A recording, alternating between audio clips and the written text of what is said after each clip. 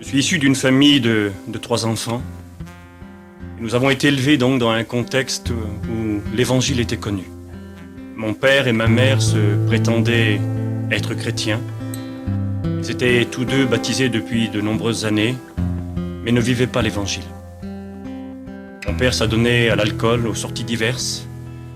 C'est dans ce contexte que j'ai grandi, avec une liberté totale. J'étais très jeune encore, âgé de 13, 14 ans, 12 ans, et je pouvais rentrer quand bon me semblait. Je pouvais me coucher à l'heure que je voulais, faire ce que je désirais. J'avais une grande liberté et me trouvais très très heureux comme ça. Nos parents nous aimaient et je pense qu'ils pensaient que cette manière de nous élever était une preuve de leur amour. Avec cette liberté qui était la nôtre, eh bien, tout jeune encore, âgé de 13, 14 ans, eh bien, j'ai pu goûter pleinement ce que la vie pouvait m'offrir, avec ses réjouissances, ses divertissements divers. Et puis à l'âge de 13, 14 ans, les premières cigarettes ont commencé, qui ont fait place à de la drogue, à de l'alcool, à des sorties diverses. Et puis ayant cette pleine liberté et aucune contrainte, eh bien, je pensais vraiment être heureux. Et j'ai grandi comme ça jusqu'à l'âge de 17 ans. Et à 17 ans, en compagnie de mon frère et mes cousins, nous avons commencé, et cela plus que d'habitude, à voler des voitures. Et cela simplement pour se réjouir et se divertir. On ne le faisait pas dans un but de nuire à quiconque, loin de là. On ne voyait pas le mal ou le danger dans ces faits. On le faisait uniquement pour s'amuser. Des jeux d'enfants. Et donc à l'âge de 17 ans, c'était conduite sans permis. C'était une voiture volée, 2 voitures, 10 voitures volées. Et de fil en aiguille, après discussion avec mon frère et mes cousins, l'idée a surgi dans notre esprit qu'il fallait commencer autre chose. Et donc nous avons commencé à commettre des méfaits plus importants. Nous avons commencé à commettre des cambriolages, des voitures dites voitures béliers, à rentrer dans des magasins avec des voitures. Et puis, ne voyant toujours pas le mal à ces choses, eh bien nous allions de plus en plus loin, de pire en pire. On ne se considérait pas comme des brigands, des gangsters, des gens dangereux, mais plutôt des jeux d'enfants. J'étais le plus âgé du groupe que nous étions. Et puis, l'idée a germé dans notre cœur de faire des braquages. Et puis donc, je possédais un fusil que j'avais dans ma voiture.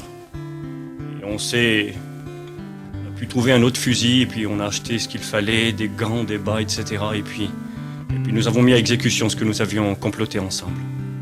Nous avons commencé un premier braquage avec beaucoup de peur. Beaucoup de fusils ont été tirés. Et puis nous sommes allés plus loin.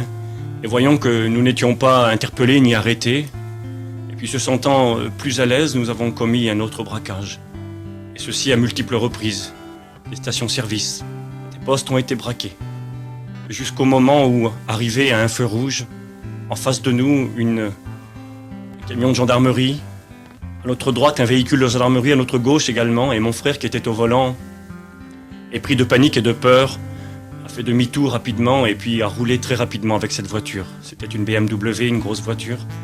Et puis là, à plus de 200 km/h, nous avons parcouru une certaine distance. Et puis, nous sommes arrivés devant un barrage routier.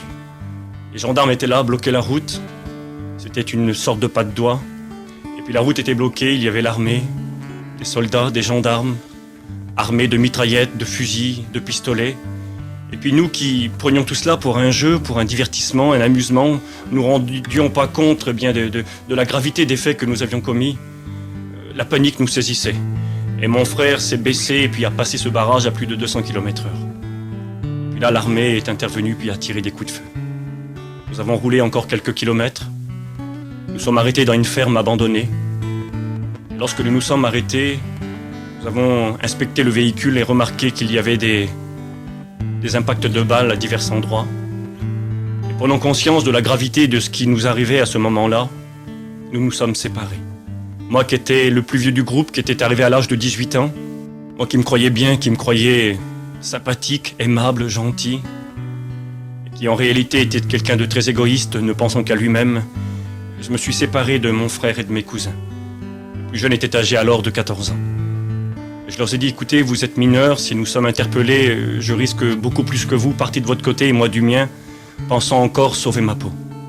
Et puis là donc je me suis caché dans une ferme abandonnée, dans un arbre, et puis j'ai vu au loin que des gens cherchaient ces jeunes qui avaient commis ces méfaits. Et puis je me suis dit dans mon esprit, je vais me mêler à cette foule qui cherche ces jeunes, et puis essayer de passer inaperçu. Et j'ai donc entrepris de traverser une route en courant. Et de l'autre côté de cette route, il y avait une butte de terre qui donnait accès à un champ dans lequel se trouvaient des tournesols. Et donc j'ai traversé cette route rapidement et j'ai surgi dans ce champ.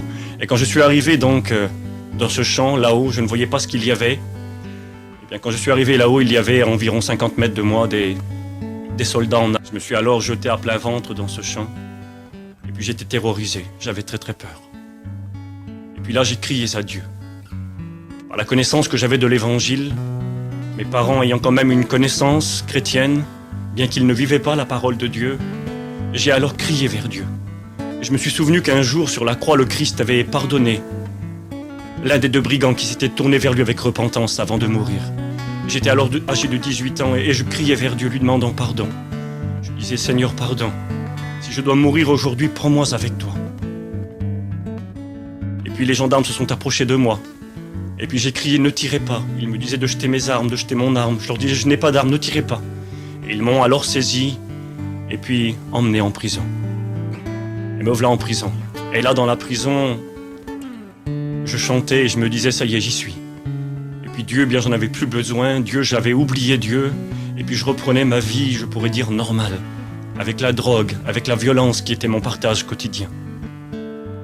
Et pendant 1 an, dans cette prison, je ne tenais aucun compte de Dieu. Dieu ne m'intéressait pas. Mais ma mère m'avait fait parvenir ma Bible. Une Bible que j'avais eue étant enfant, à laquelle je ne portais guère d'intérêt. Et puis cette Bible m'est parvenue, mais toujours encore, elle ne m'intéressait pas.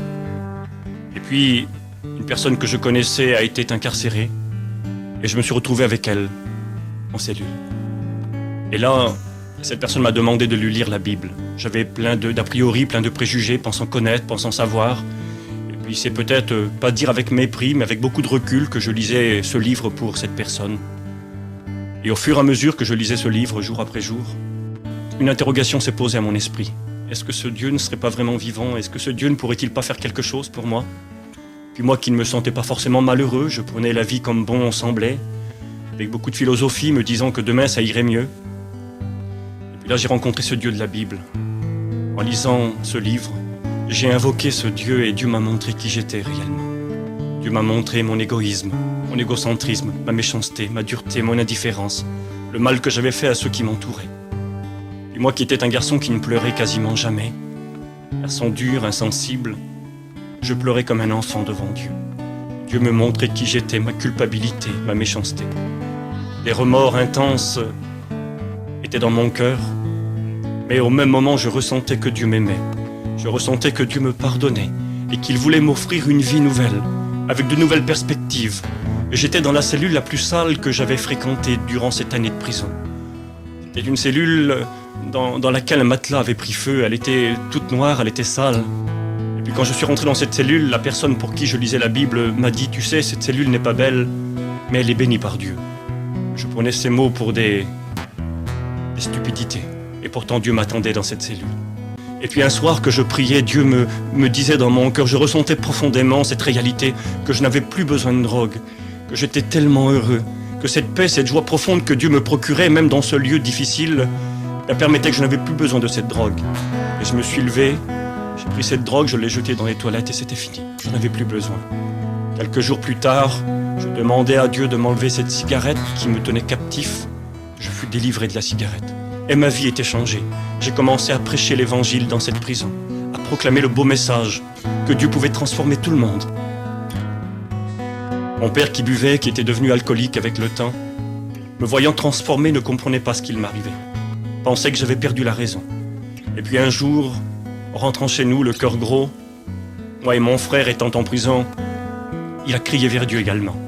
Et il a dit, si vraiment tu es vivant, Seigneur, toi qui as changé mon fils, fais quelque chose pour moi.